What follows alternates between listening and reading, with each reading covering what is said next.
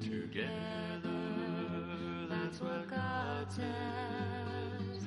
Come now, let us reason together, says the Lord.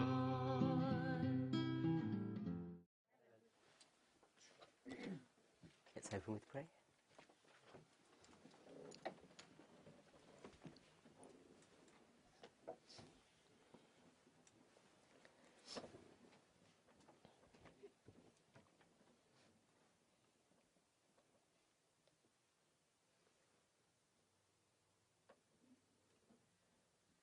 Heavenly Father, we thank you for your watch care and your goodness towards your people.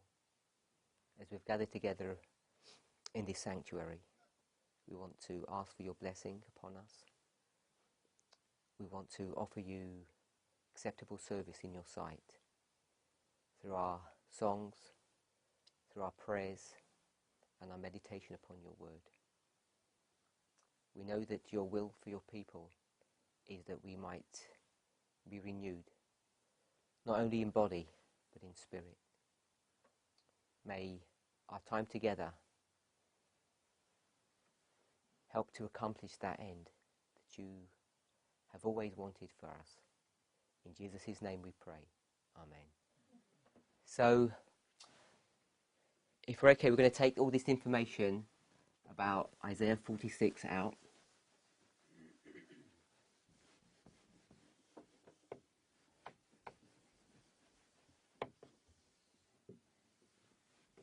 If we had time, I would normally rub this out and ask someone to have a go at doing Daniel 11 verse 40, but we won't, because it might be a bit intimidating and we haven't spent that much time doing it.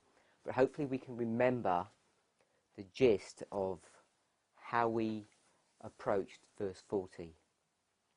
That if we're not careful, you can see three characters in verse 40 based upon a wrong premise of what verse? Remember? 36. Verse 36. And it says, the king. And Uriah Smith wanted to make it a king, because he saw some characteristics in the verses that follow that felt for him to be speaking of France and not the papacy.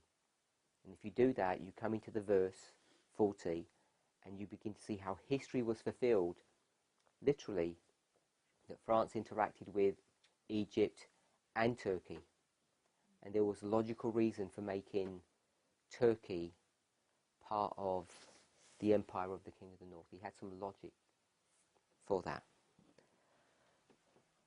But if you can see this structure that we laid out, this chiasm, I think it's relatively easy to demonstrate that it's only two parties, the King of the North and the King of the South.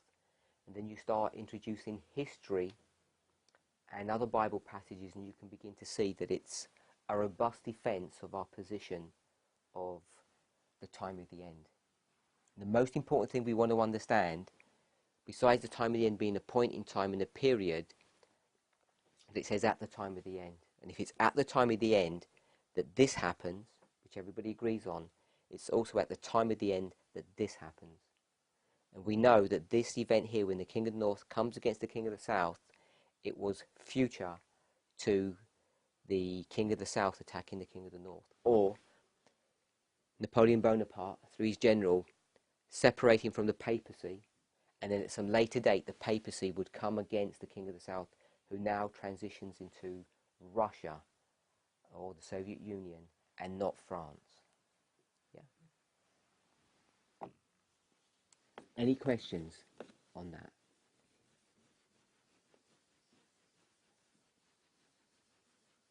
There must be questions. There must be, but I'm surprised if there wouldn't be. Could you explain how France became Russia? Just simply.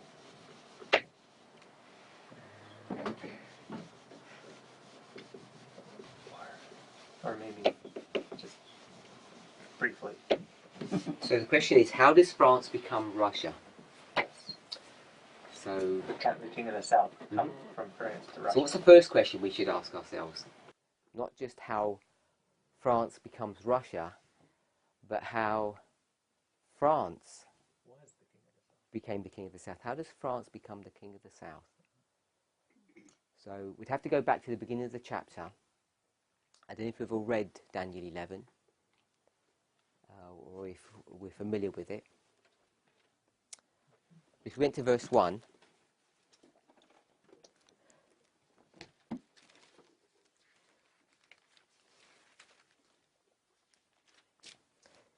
it's a conversation between Gabriel and Daniel. Gabriel speaking to Daniel, and it begins in verse 1. Also I, in the first year of Darius the Mede, even I stood to confirm and to strengthen him. And now I will show thee the truth. Behold, there shall stand up yet 3 kings in Persia, and the fourth shall be richer than they all. And by his strength, through his riches, he shall stir up all against the realm of Grecia. So what empire are we in at the beginning of Daniel 11? We're The in Medes and the Persians. We're in the Medes and the Persians. We're in the history of the Medes and the Persians. Now, if you look and study the history carefully, where would we go to for that?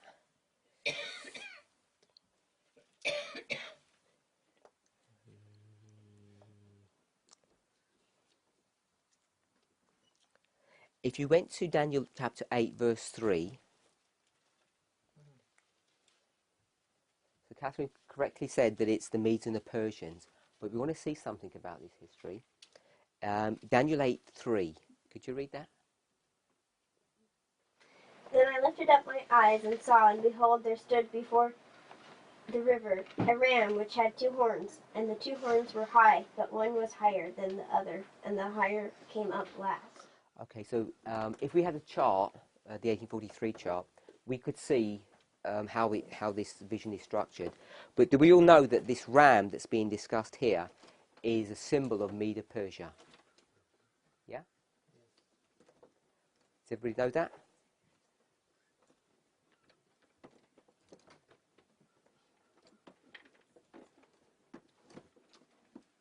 Happy Sabbath. Happy Sabbath. Does everybody know that the ram in Daniel chapter 8 is a symbol of Medo-Persia? Yes? Okay, what does it say about its horns? It has 2 horns. Yeah? It says it had 2 horns, and both of them were high, but one was higher than the other. And the one that was higher, what does it say about it? Came up last. So if you go back into history, you'll see that the Medes and Persians was a union of 2 separate nations, essentially, 2 separate empires, and the Medes at the beginning were the more powerful.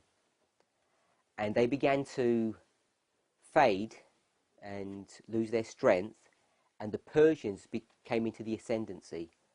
So both of them were powerful nations, but the Persians were higher. They ended up becoming more powerful, and the more powerful nation were the second one. And you'll see this transition from the Medes to the Persians under what king? Who's the king that transitions from the Median Empire to the Persian Empire? Cyrus, yes. Cyrus is the transition. So in Daniel 11, verse 1, it begins by saying, also I in the first year of Darius the Mede, even I stood to confirm him and strengthen him. So in 11:1, he's talking about a historical event happened 2 years ago from this conversation. 2 years before, Gabriel had strengthened Darius the Mede. And where would you see the strengthening of Darius the Mede? Where would you see that in the book of Daniel? Which chapters would you go to?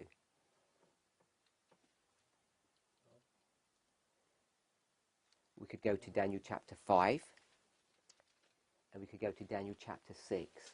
2 famous chapters. So in Daniel chapter 5, if you go to the very end of the chapter, what does it say? Last verse. And Darius the Median took the kingdom, being about 62 years old. Okay, so he's going to kill Belshazzar, and Babylon's going to fall, and Darius the Mede is going to take the kingdom. So he's going to be strengthened. And do we all know the story of chapter 6? The prayer of Daniel, and he gets thrown into the lion's den. Everybody's familiar with the lion den story. Yeah? And all those princes, what did they try to do? Welcome. What did all these princes try to do in Daniel 6? Catherine? Catherine?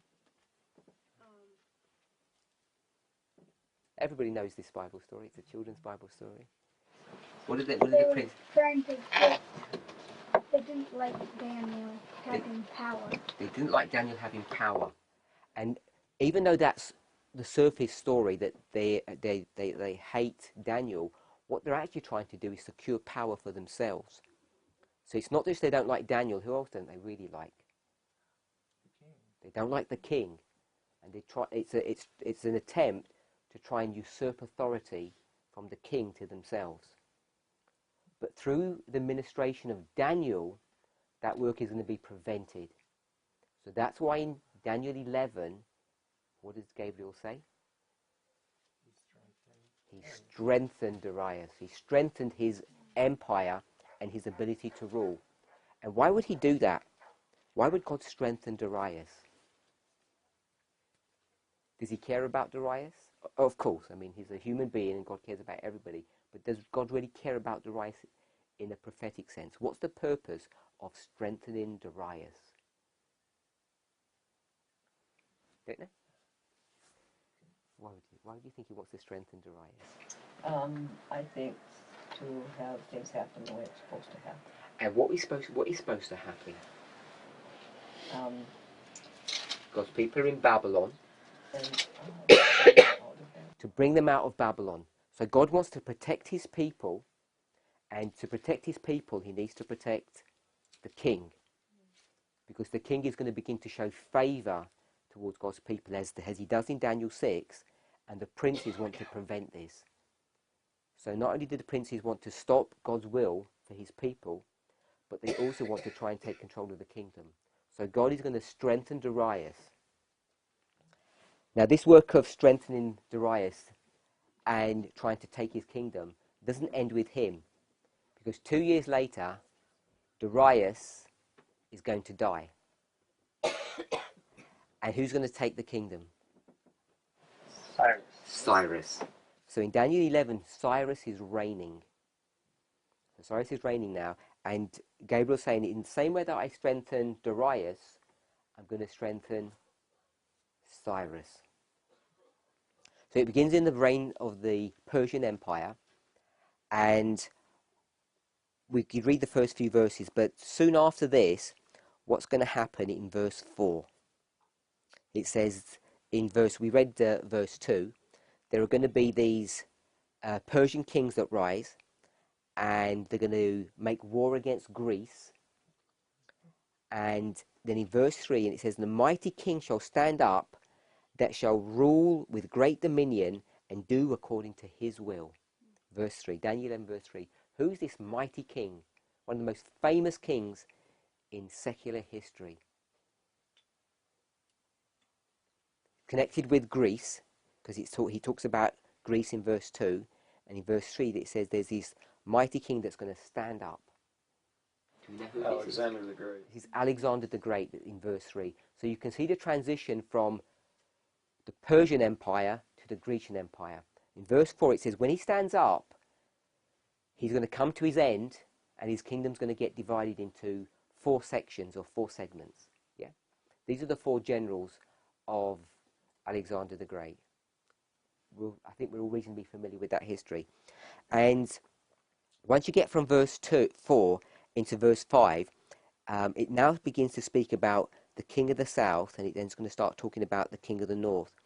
And if you go through the history, what you'll find is that those 4 generals begin to war with one another.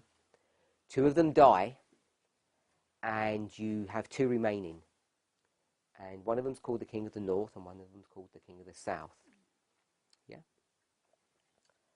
And they had these 2 dynasties that begin to war with each other for hundreds of years. We could go through all the verses, and then after a while, what's going to happen is that the king of the north is going to essentially defeat the king of the south, but pagan Rome is going to come onto the scene. And pagan Rome is going to do what?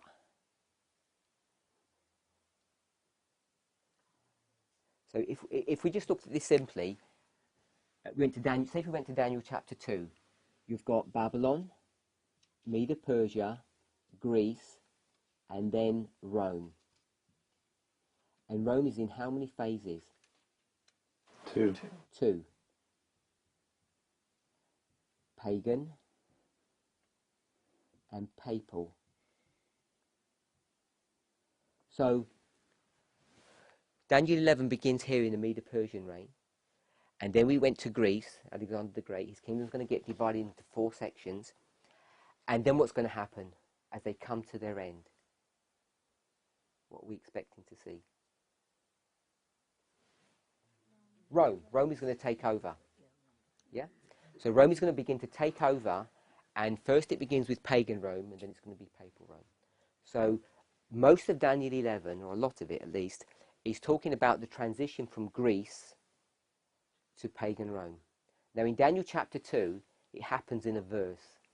You know, in one verse it just says, I think it's verse 39, it says, talks about the third kingdom, Greece, that shall rule the whole earth. Yeah, and the third kingdom shall rule the whole earth. And then the verses that follow say, and there's going to be a fourth kingdom. Just, you know, that simple. This goes from the third to the fourth. It doesn't explain how that's going to happen. Daniel 11 begins to explain some of this detail. So Greece is going to be divided into 2 sections. What are those 2 sections? The king of the north and the king of the south. So that's what Greece is going to turn into. It's going to turn into these 2 warring factions. So when Rome is going to take over Greece, what would it need to do for it to rule supremely? It would need to take this part, the northern part, and the southern part. It needs to take down both parts. Yeah? Does that make sense? So Daniel 11 and some of the other chapters begin to give the detail of how pagan Rome is going to rise to the ascendancy. And perhaps the clearest place that you can see that would be in Daniel chapter 8. So in Daniel chapter 8, it's going to show it really clearly. Do we know what verse it is?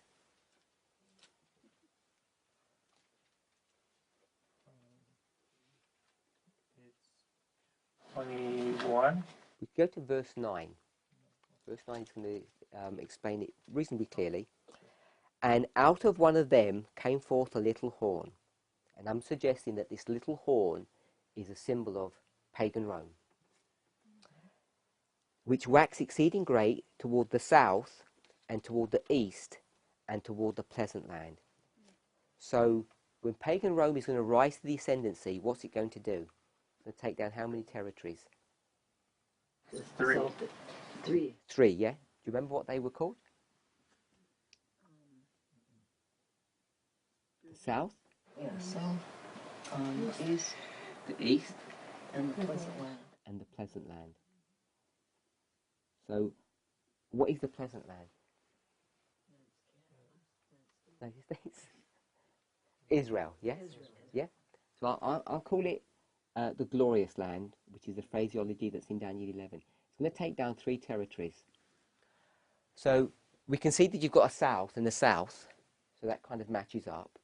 Why would it say east and not north? Why would it do that? Because it was geographically east. It was geographically east.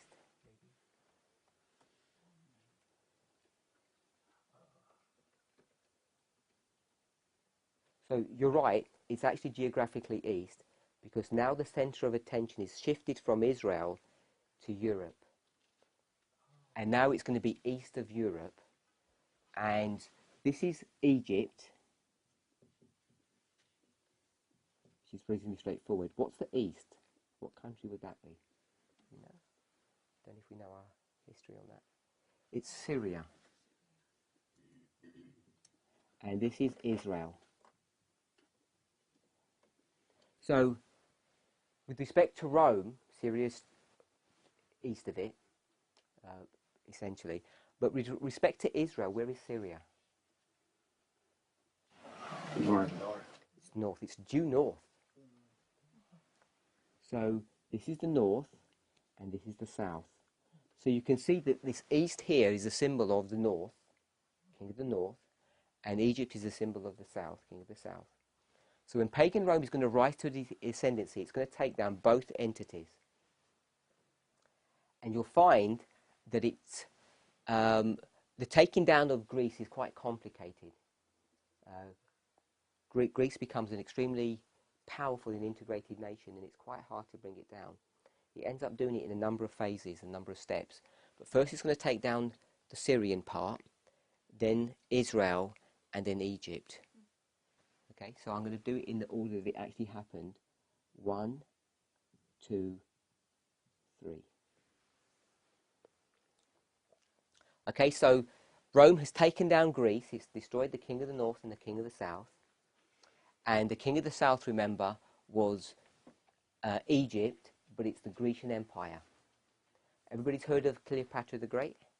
Yeah, not Cleopatra, just Cleopatra. The Great. Was she an Egyptian? No, she's not a. She was not an Egyptian. She was from a Grecian dynasty. She was a Greek. If you look at her ancestry. So even though she rules Egypt, she's part of the Grecian Empire, the Grecian dynasty of the Ptolemies. So this is the Ptolemaic dynasty that she's part of.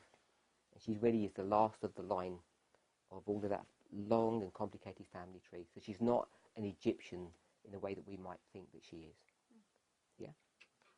So Rome has taken down these territories, and then the king of the south sort of fades into nothing, essentially.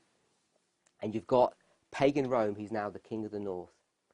And then pagan Rome is going to transition into papal Rome. Yes? So now you've got the king of the north is the papacy. And then the verses will run through until you get to verse 40, where the king of the south is mentioned again. But in the early part of the chapter, and in chapter 8 as well, it talks about the south, and we know this is Egypt.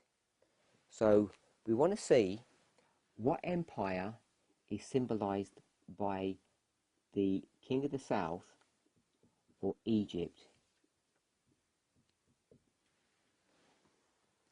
So we could go to a Spirit of Prophecy quote to prove this, but for shortness of time, I'm just going to give you the logic behind this. So we'd go to we'd go to Revelation. So let's go to Revelation. Does anybody know what chapter we'd go to? We're looking for Egypt.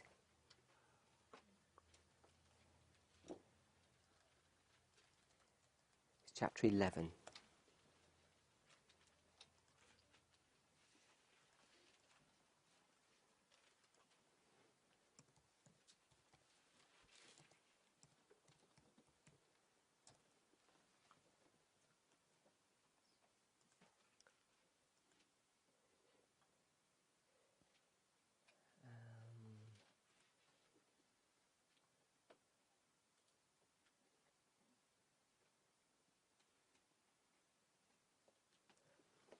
So I'll give you the reference in the Great Controversy. It's Great Controversy, and I'll give you the chapter. It's chapter 15.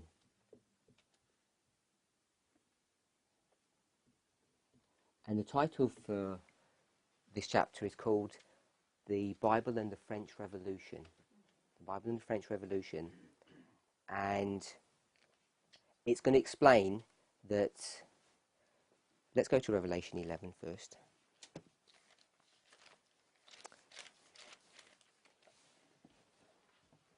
we'll pick up from verse 3. And I will give power unto my 2 witnesses, and they shall prophesy 1,260 days, clothed in sackcloth. So what time period are we in?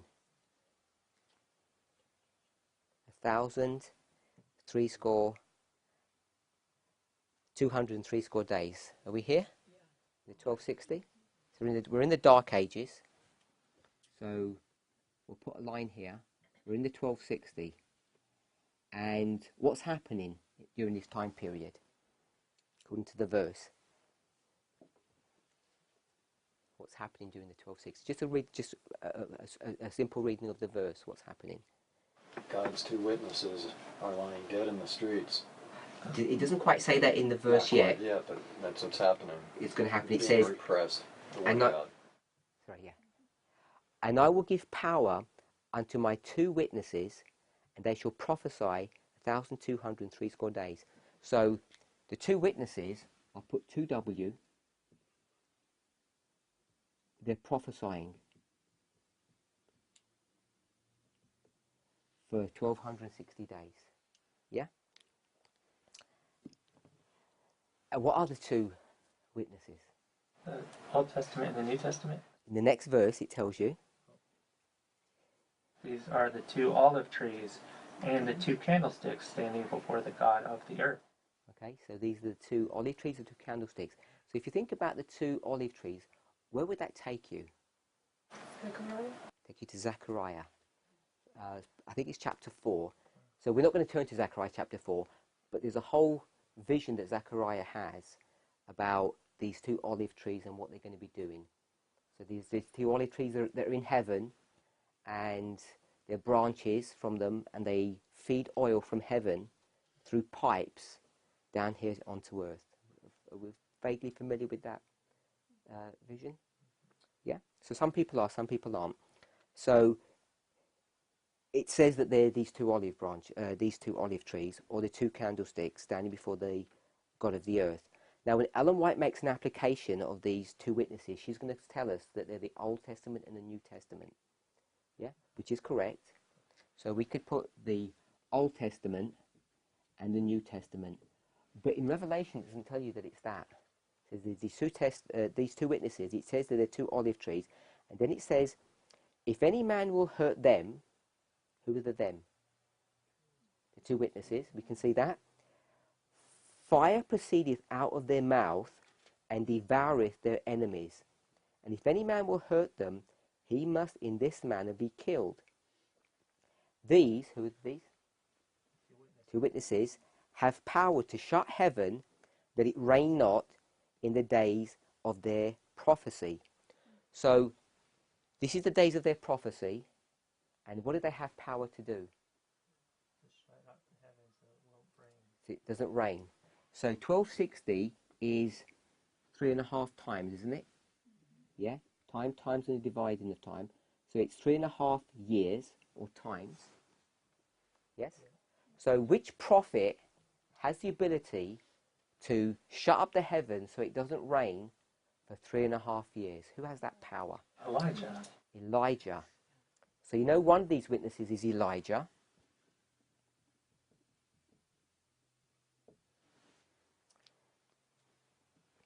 And then it says,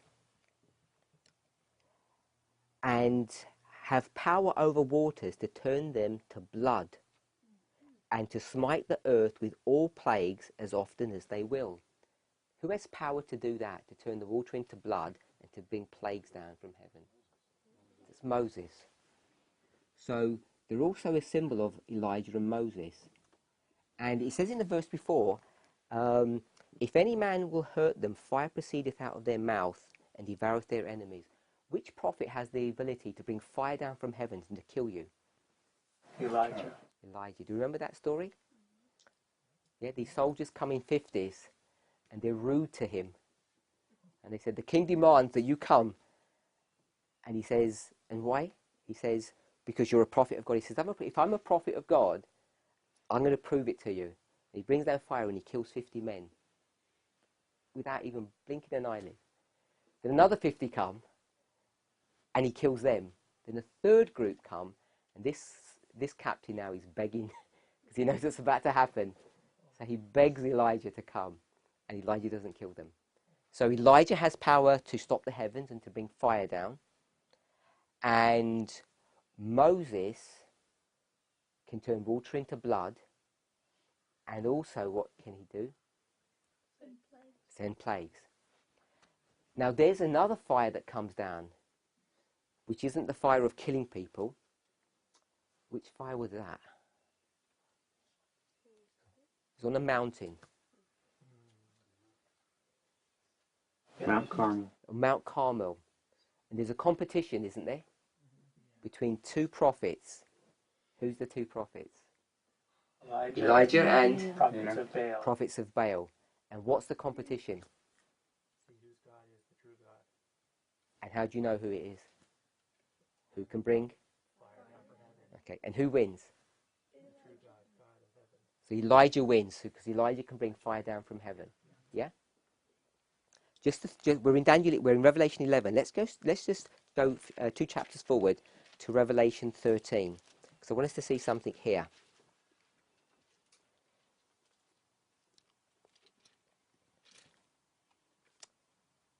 Verse 13. So this is 13:13. So I like seeing all these doubling numbers. They're interesting. 13:13. What does it say in 13:13? And he doeth great wonders, so that he maketh fire come down from heaven on the earth in the sight of men. So what does that sound like? That sounds like Elijah, doesn't it?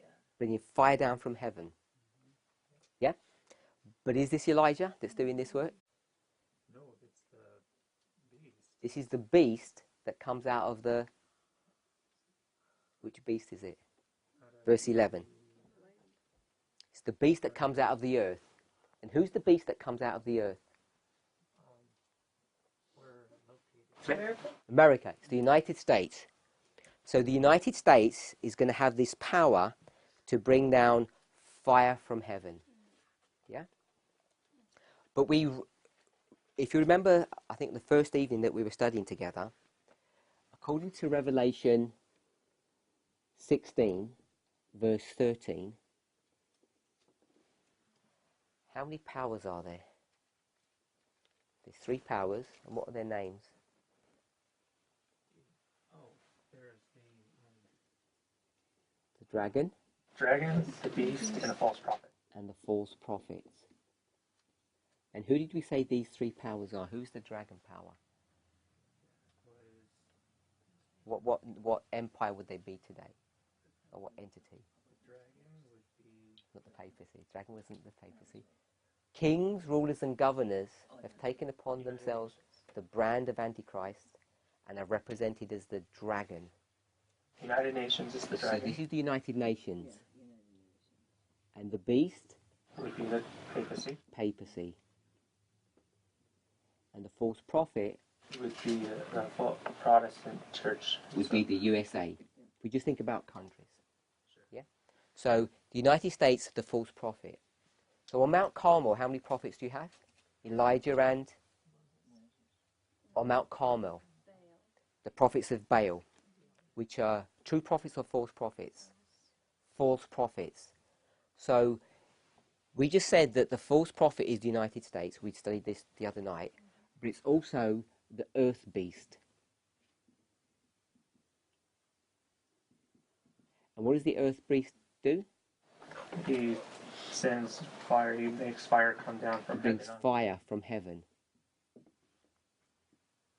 So we can see that the reason he's called a false prophet is because it's a symbol taken from what story?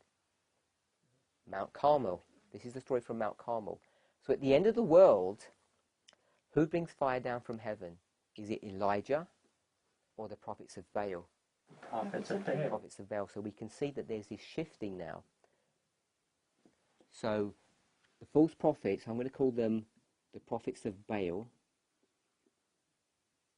They can bring down fire from heaven.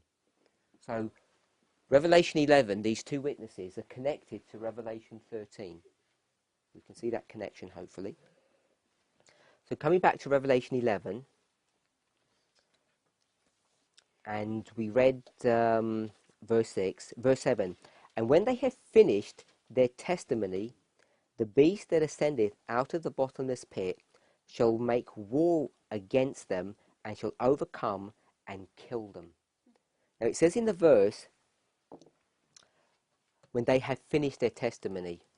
But Ellen White is going to comment on this, and she's going to say it's not when they're finished. She's going to rewrite that verse for us. Do you know how she says that? She doesn't use the word finish. I'm going to quote it as she says it. When they have finished, and then she's going to put it in parenthesis, are finishing their testimony. So she's indicating that they haven't quite finished yet. Yeah? So if this is the 1260, what is this date here? That would be close to 1798. It wouldn't be close there, it would be 1798. This would be 1798, and this would be 538. So it says in the verse, when they have finished their testimony, but what's Ellen White saying? When they are finishing. So that must mean before. Yeah?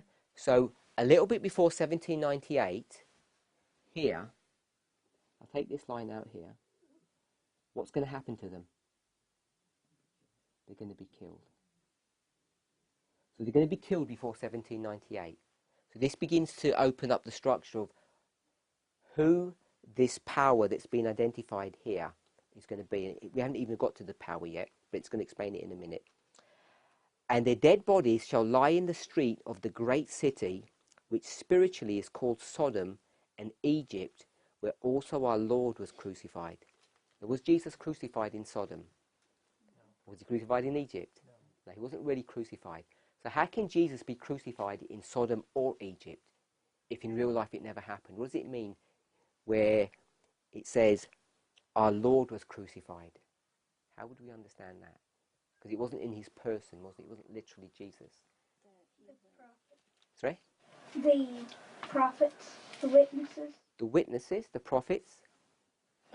That his word was crucified. His word was crucified. And also his people. Yeah? So in the presence of his people, or in the person of his people, he was crucified. So it says, if you hurt me, who is really getting hurt? Jesus is. Yeah? So we can understand what it means when he was crucified in this place. But it says he was crucified in Sodom and Egypt. And this is where they're going to be killed, because they're lying in the street here. So in this history here, they're lying in the street where they've been killed in some place called Sodom and Egypt. And Ellen White's going to explain all the intricacies of what this means. Sodom and Egypt.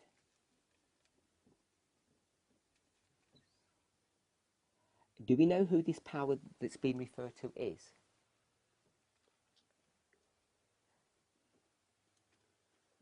What nation is this that's going to, at the back end of the 1260, they're going to kill the two witnesses. They're going to destroy Elijah and Moses. They're going to destroy the Old and New Testament, or the Bible. And they're identified as Sodom and Egypt. Yeah? So this is France.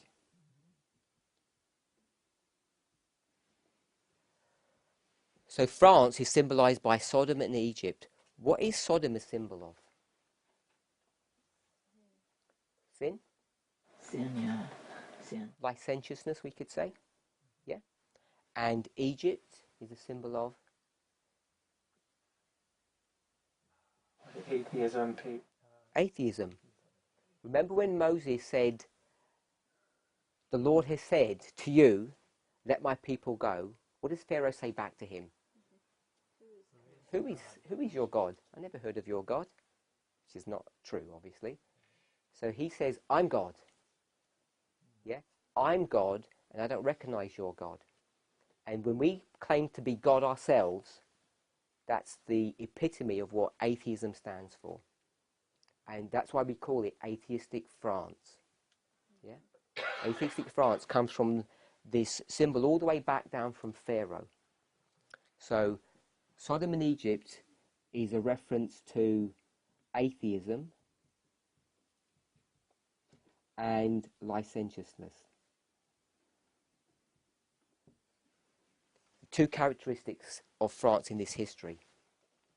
So we'll read a couple of more verses. Verse 9. And they of the people and kindreds and tongues and nations shall see their dead bodies 3 days and a half, and shall not suffer their dead bodies to put into graves. So there's a 3.5 year period here just before 1798. So you've got 3.5 and 3.5, where they're going to be killed and they're not allowed to be buried.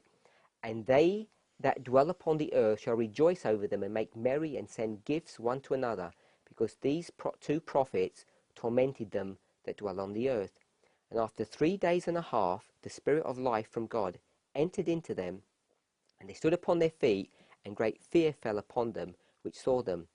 And they heard a great voice from heaven saying unto them, Come up hither. And they ascended up to heaven in a cloud, and the enemies beheld them. And the same hour was there a great earthquake, and the tenth part of the city fell. And in the earthquake were slain of men 7,000, and the remnant were affrighted, and gave glory to the God of heaven. So I just want to pick up a couple of more thoughts on this. What does it mean in verse 13, where it talks about the city?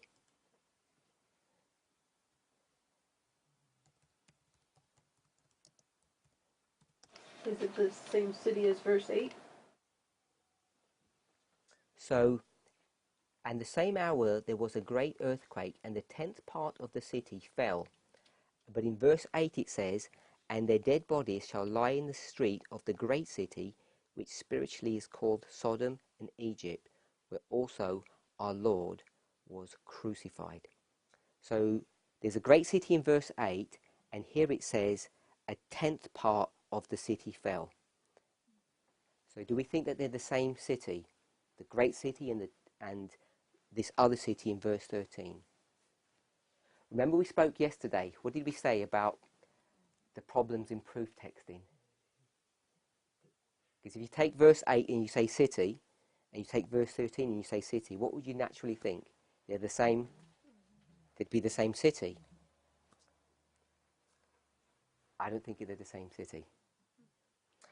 This story from verse 2 onwards, we know he's speaking about France. So France, we know, is the great city. Could we say that in verse 8?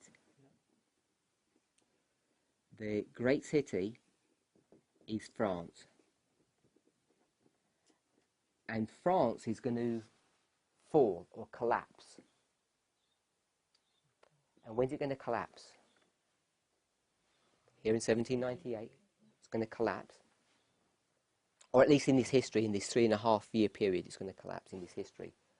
So in verse 13, it says, In the same hour there was a great earthquake, and the 10th part of the city fell.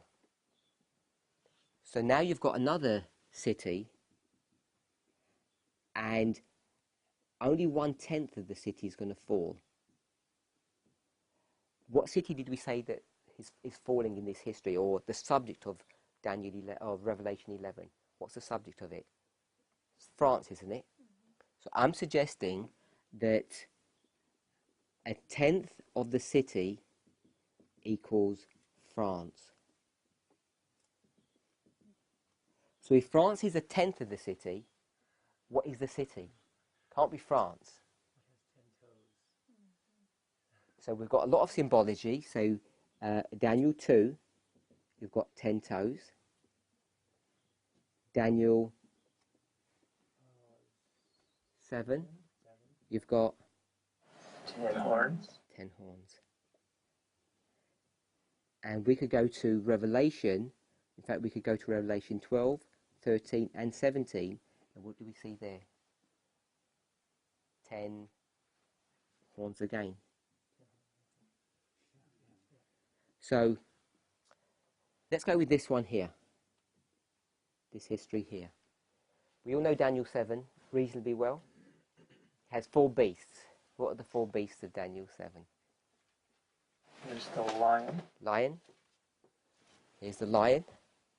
There's the bear. The bear. And it's lopsided.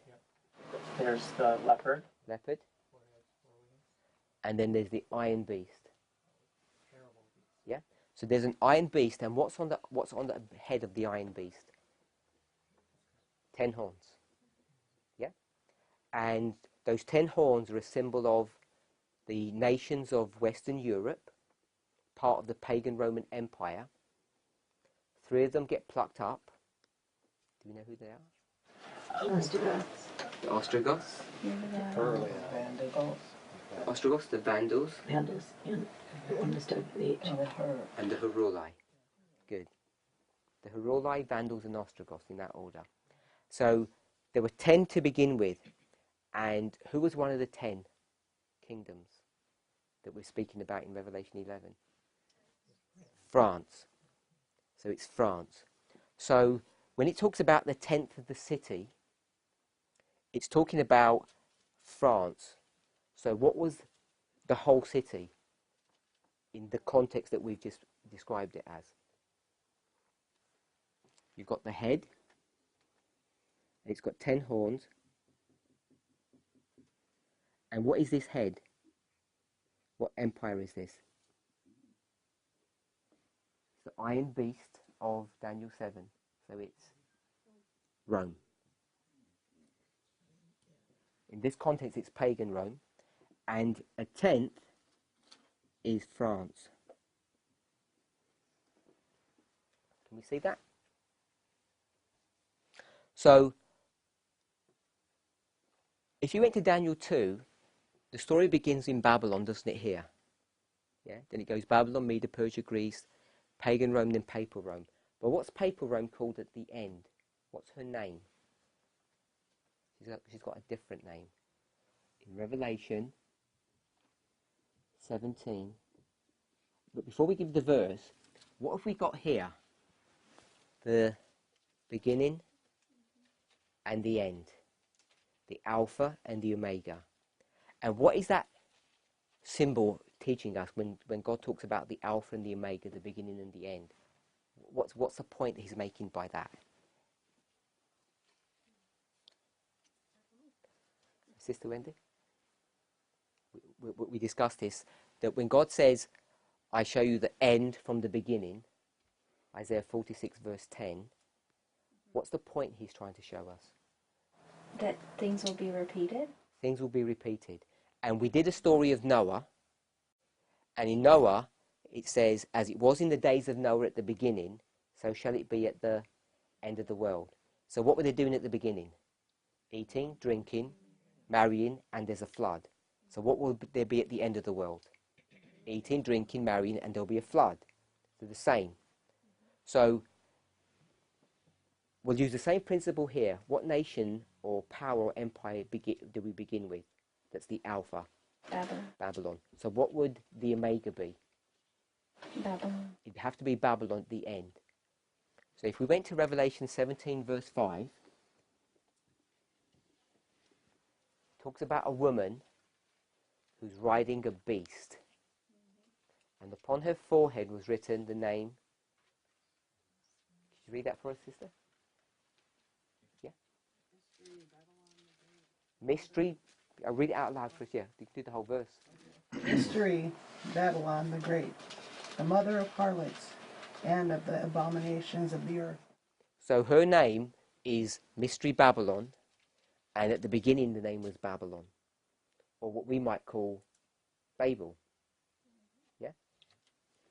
So you've got Babylon at the beginning and Babylon at the end. So all the way through, it's just a story about Babylon, essentially. So when we come to pagan Rome here, and it says a 10th part of the city fell, what would that city be? What would that city, what would the name of that city be? I'll give you a clue. In the Bible, there's only 2 cities that are really mentioned. It's a struggle or a warfare between 2 cities. And one of those cities is called Jerusalem. Be Babylon. It'd be Babylon. It's that simple to see. So this great city is indeed Babylon. So I want to introduce one more thought in connection with that.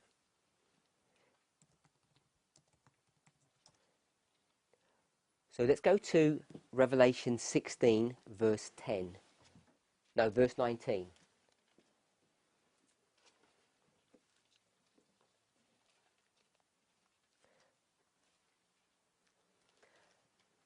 Remember when we studied about proof text and how careful you have to be?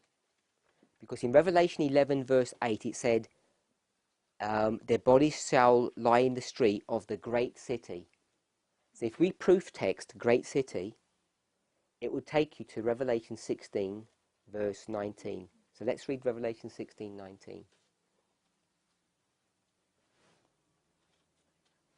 Go ahead.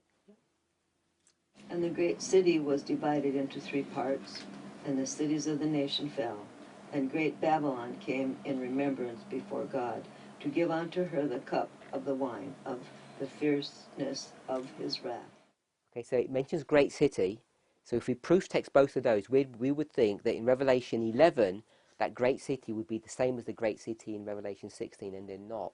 They're not the same city, because it's the same problem that you have in Revelation 11, verse 8 and verse 13. Same problem here. But in Revelation 16:19, what does it say? It says the great city is in how many parts? 3 parts. And what's the name of the city? Babylon. So we know that city is Babylon, but now it's not in 10 parts, it's in how many parts?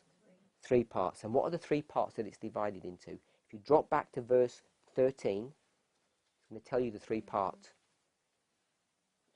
The dragon, the beast, and the false prophet. So at the end of the world, Babylon is in 3 parts, the dragon, the beast, and the false prophet. But in the time of pagan Rome, here, how many parts was it in? In pagan Rome? A tenth part of the city. So the city's in how many parts? 10, because it was a 10th part. So it's 10 parts in the history of pagan Rome, because there's 10 horns. And at the end of the world, it's going to be into 3 parts. The dragon, the beast, and the false prophet. So, Revelation 11 teaches us clearly that France is Egypt. And Egypt, we know, is the king of the south. So this is the evidence or the proof to show us how we can get from the Medes and the Persians being the king of the south when they took over the territory of Egypt, literally, that now we can see that France is spiritually the king of the south. So that's the logic. It becomes the king of the south. When did it become the king of the south? Let me ask you that question. When did it become the king of the south?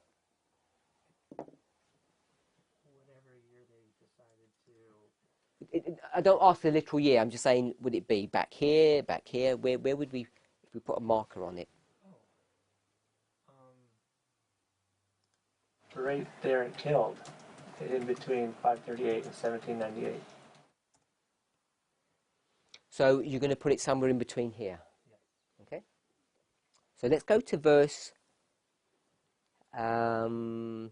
11:7. We read this before, but I wanted to pick up something that we didn't pick up. And when they, the 2 witnesses, have finished or are finishing their testimony, here, in this history here, it says, the beast that ascendeth out of the bottomless pit shall make war against them and shall overcome them and kill them. Who is this beast that comes out of a bottomless pit and kills the 2 witnesses? Who killed these 2 witnesses in real life? What power did that? France. It was France. France did this killing. We know that because it's in that they lie in the city, in the street of the great city. So who is this beast? Must be France. This is France. But it says the beast that ascendeth out of the bottomless pit. So where did this beast come from? Out of a bottomless pit. Okay? So we want to understand what a bottomless pit is. Did France exist here in 538? Was France a nation? Yeah. Yeah, it was. If you go back to 508, 496, France has been around for a long time, well over 1,000 years in this time frame, because France is the power that's going to help the papacy to come onto the throne here. France is the one that helps it rise up to power. But it says here that the beast ascended out of the bottomless pit. And the beast is this new power of France here, which is called Sodom and Egypt. So it's indicating that France is a new power that's going to come up. So why is it saying that France is brand new here? Because France has been around for a long time. If France has been around for over 1,000 years, how can it say at the very end, this new power, this beast, comes up out of a pit? How can France be brand new if it's been there for a long time? It's a new. The wound. What wound? The Oh, Rome, was it Rome had the deadly wound? So Rome's going to have a deadly wound in 1798, but France is rising as a new power a little bit before that. Its ideology changed. Okay, so let's read something from the Great Controversy. This is the Great Controversy, same chapter, 269, paragraph 1. So it's GC 269, paragraph 1. It's the same passage that we read. When they shall have finished or finishing their testimony, the period when the two witnesses were to prophesy clothed in sackcloth ended in 1798. As they were approaching the termination of their work, because they stopped working here, as they're approaching this period,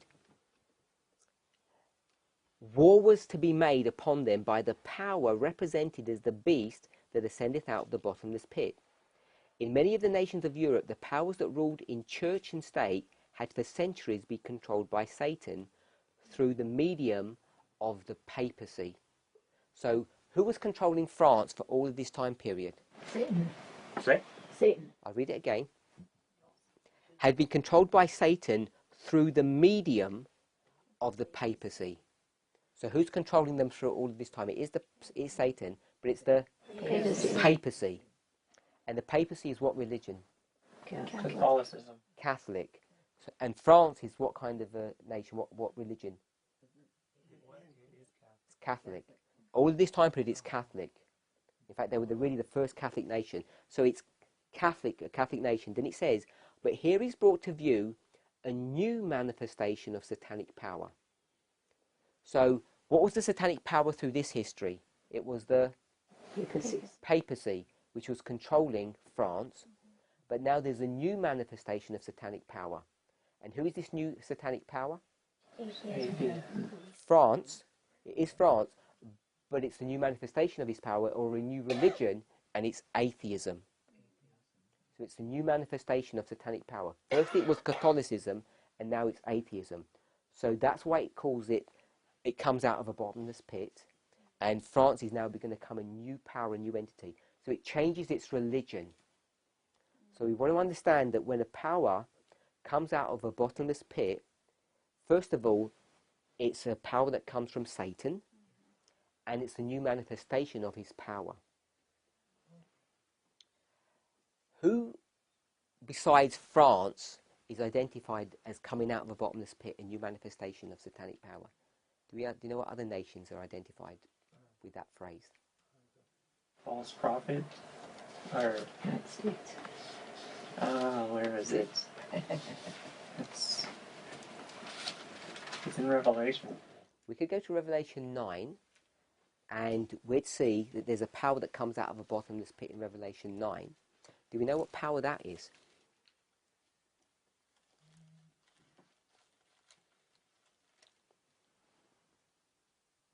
Verse 2.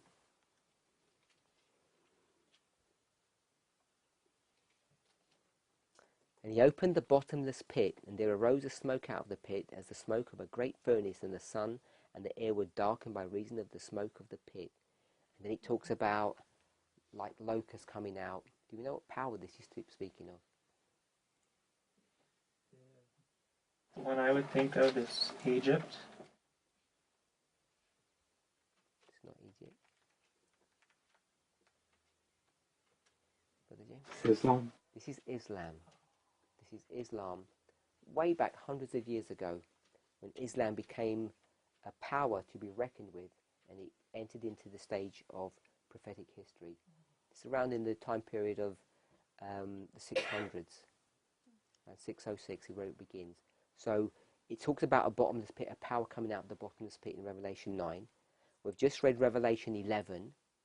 France becomes a new form of satanic power in the form of atheism. And then we could go to Revelation 17, verse 8.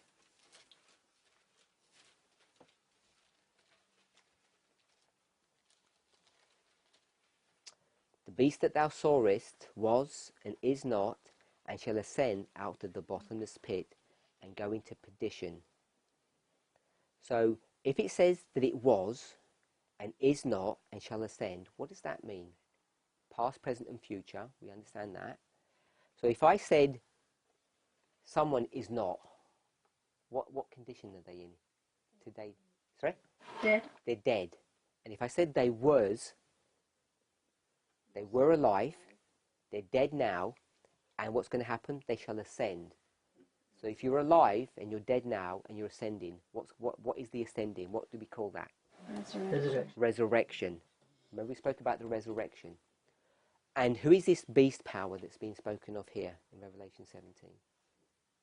In a simple way, we could call it the papacy. As the papacy is going to resurrect. But when the papacy resurrects, if it came out of a bottomless pit, what does that mean? It has to be a new power. But the papacy, its boast is what? What does it boast? Never changes. It never changes. So how can it be a new manifestation if it never changes? Because the papacy is what? A church. And it's going to force the world to do what it wants. How can it have the muscle and the strength to force you to do what you don't want to do? It has to join with nations. It needs help. So when we talk about it comes out of a bottomless pit, it's going to be a new manifestation of satanic power. When it first began to enter into the stage of Earth's history, back here in 538, which powers was it using? Clovis, France.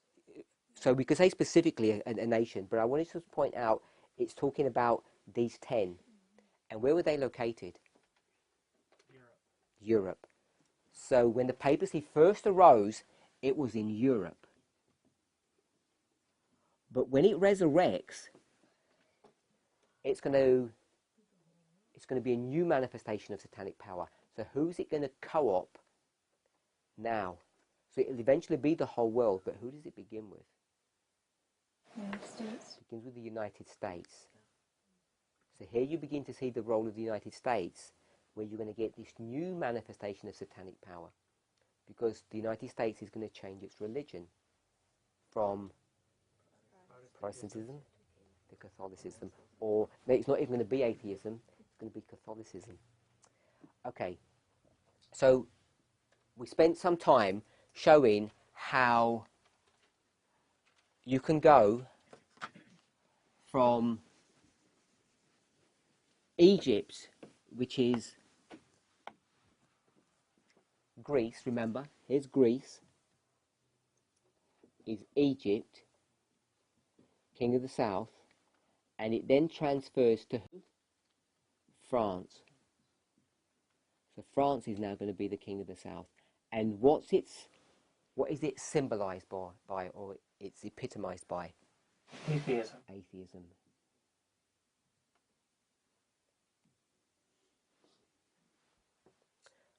If you go to historians and you were to ask them, in each century over the last 200 or 300 years, what was the most important year? What was the year that would be the highlight of that century? So if we took the 1700s, the 1800s, the 1900s, and the 2000s, which year would you say was the most significant, according to historians? What would we mark in the 1700s? 1798. Okay, some people say 1798. But the thing that turned the world really upside down was the year 1776. Because what happens in 1776? Yeah. if you took all the events that cluster around that event, it's when this new nation arose and was going to be built upon principles that were totally different to any nation that had existed before. Because this was going to be ruled by what? A government that was controlled by the people, for the people. So it was meant to be a very similar pattern to what pagan Rome had initially started off as a republic. And in many ways, America is still there. You know, even though it's been watered down in many ways and it's become a democracy, when it was never meant to be a democracy, it was meant to be a republic, and there are big differences between the two. But 1776, Declaration of Independence, this is what really changes world history. Because in 1798, the papacy was already waxing old. It was already waxing old by that stage, and it was inevitable that it was going to get wiped out. 1776 was the change. And what about the 1900s? The 1900s, people come up with lots of answers. Sometimes we think of the First World War, the Second World War. But I'm going to suggest that it's 1989. 1989 turned the world upside down because it was the end of what? Yeah, it was the end of the Cold War. So many things happened in 1989. It was the end of the Cold War. And 2000s, this is relatively simple. Everybody knows this one. This is 2001. The world has never been the same since 2001. This one is the one I want to point to. What is the year that changed the world in the 1800s, the 19th century? Do you know what it is? I'll give you a clue. It's 18 something. It's a double.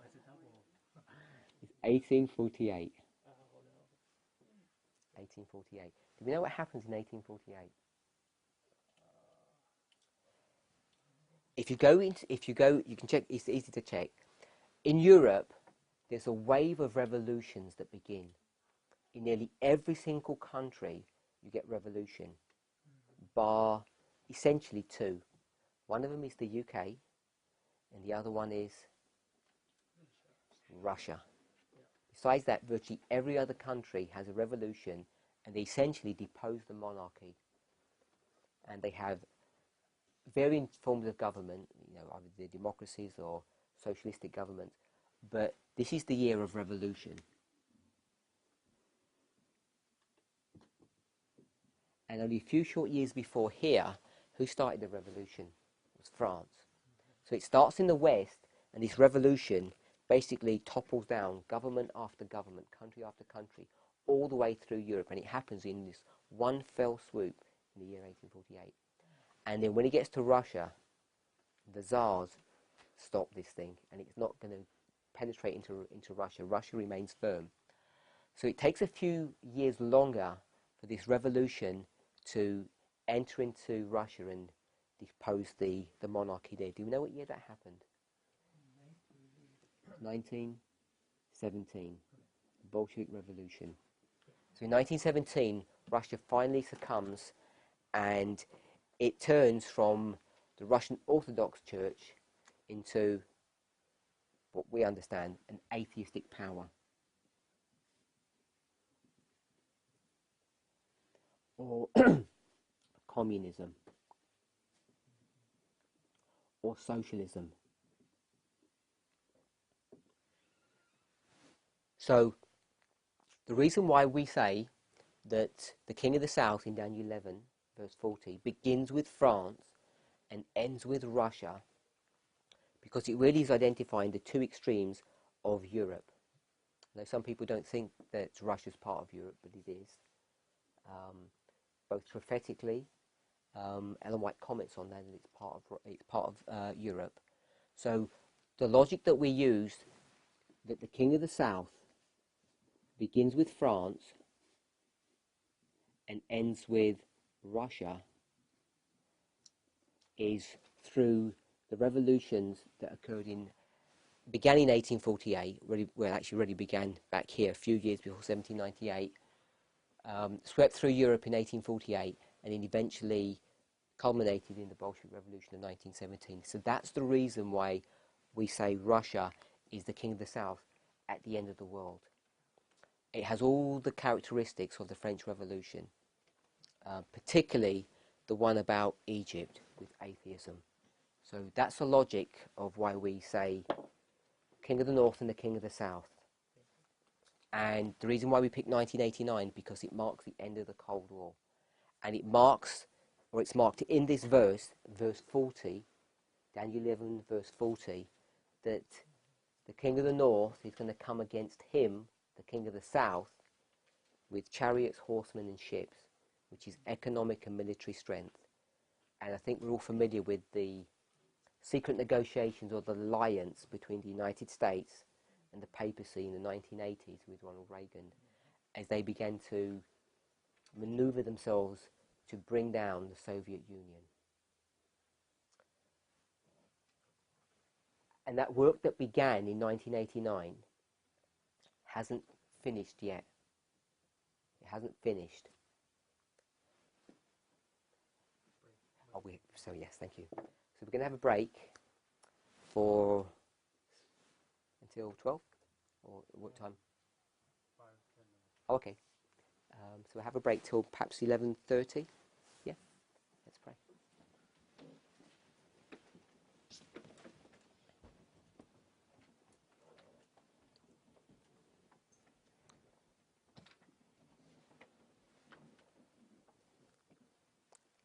Heavenly Father, we thank you for your goodness and watch care. We ask and pray that you would be with us and guide us as we understand in a clearer way your word. It's my hope and desire, Lord, that in each of our hearts and our minds will be awakened a desire for deeper study, to come closer to you, and also that we might individually, as families and as a corporate body, be prepared for the events that are soon to come upon this earth as an overwhelming surprise to so many of us.